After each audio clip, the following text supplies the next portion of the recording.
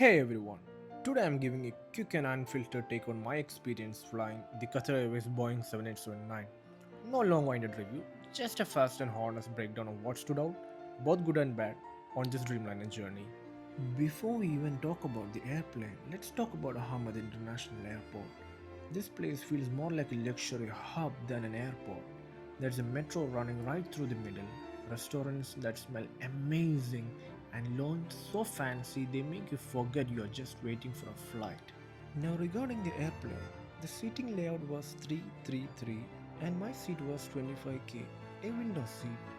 Now, let's jump into the positives first. The first positive is the food. I pre ordered a fruit platter and it was actually good. The fruits were fresh, ripe, and tasted like they came straight from a 5-star orchard. And the cutlery was made of steel, not the usual flimsy plastic ones that snaps in the middle of the meal. The second positive is regarding the infotainment screen. It was bigger than expected, 12 inches to be precise, decently responsive, and it was loaded with the latest movies. And the best part, unlike Airbus planes, where you have to stretch like a gymnast to reach the overhead buttons, here the cabin crew call and reading light buttons are on the screen. Talk about convenience. The third positive is the seat recline. The seat was comfortable, but the recline evolved 20 degrees. That's practically a business class experience in economy.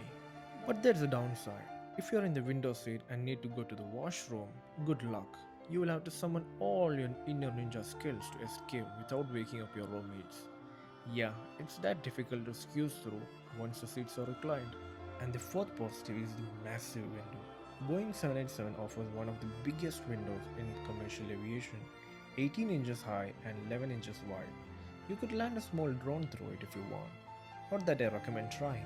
And instead of a traditional shade, it has a fancy tin button, which, fun fact, never worked for the entire trip. But the moment we landed, boom, it started working. I think Boeing was trolling me here, right? And the fifth positive is the customer service. Every time I asked for hot water, the flight attendants addressed me by my name and brought it promptly. Qatar Airways has been getting some hate recently, and while I have had a bad experience before on their A350, this time it did felt different. Maybe the new CEO actually cares? And the final positive is headphones and the Bluetooth connectivity. The provided headphones were decent, but somehow never fit properly. No matter how much I adjusted them, they kept slipping off. But hey, you can connect your own Bluetooth headphones to the infotainment system. Now that's a win in my books. Now let's get into the negatives, my friends. The first negative I can recall is the horrible washroom smell. I was sitting just 3 rows away from the washroom, and every time someone opened the door, I got a free nose assault. Yeah, you heard it right, a nose assault. And a point to note here is, it is not the flight attendant's fault. This is on Qatar Airways cleaning crew. And the second negative is no Wi-Fi. Qatar Airways usually offers 1 hour of free Wi-Fi for student club card holders. But guess what? I couldn't connect. Maybe the router was in airplane mode?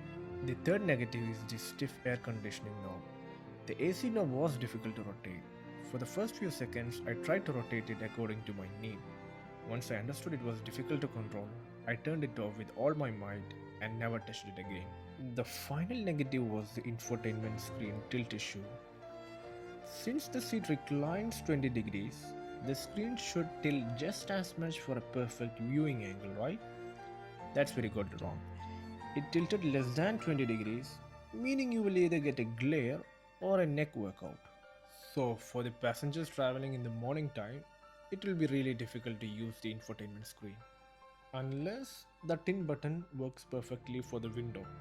So that's it with my quick feedback. If you did find the video helpful, please like and subscribe.